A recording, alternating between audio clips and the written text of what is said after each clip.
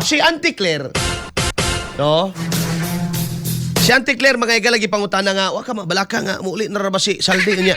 Ang Pangulo ba sinog, madamay kay apil ba yan ni Sagi akusahan ni Saldi? Apil ba yan ni Sagi?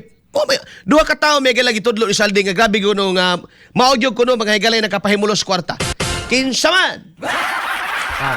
Sa inyo na dumduman, may igala sa video, nga matod pa may igala gibuhian ni Saldi ko. Kinsa mang mga tawhana ang iyang gi-mention. Ni-mention ba siya Inday Sara Duterte? Wala man. Ni-mention ba siya Duterte, Digong? Wala sad. Kinsa ba yung iyang gi-mention may gala sa anomalya sa flood control project? Duha ka tao. Si Martin o si Ferdinand. Pariya man ni pangalan man niya ni tanan, no? Oh, si Pangulo. Pero ingon mga igala si Auntie Claire nga, takaraman mo. Paminahon na to si Auntie Claire. Auntie Claire, imo na. XFM Katropa. Kailan po ba naging akusado ang Pangulo? Hindi po ba kayo dapat na nagtatanong sa kanya kung kailan ba naging akusado ang Pangulo?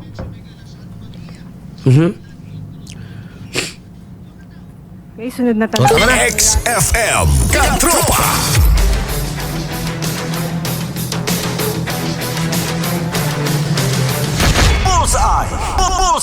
Kailan ba naging akusado ang Pangulo? Si Saldi ko may niingon na, di man kami clear. Pamatod ninyo na. Kaya may gala o. Bisag anino o buhok man lang ni Saldi. Be, pamatod ko no, ibti ko nun yung uban. Nung dadak pa naging yung Saldi, ibti ko nung uban Saldi, be. O niya ipresentar news media. O niya, malabo na rabadaw nga si Saldi may gala, kuhaon nga star witness. Oh, malabo na ko no.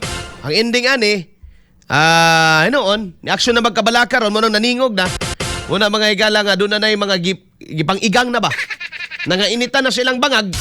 Ala ng gawas na mga igala. Sige, pasakalye naman ang Auntie Claire.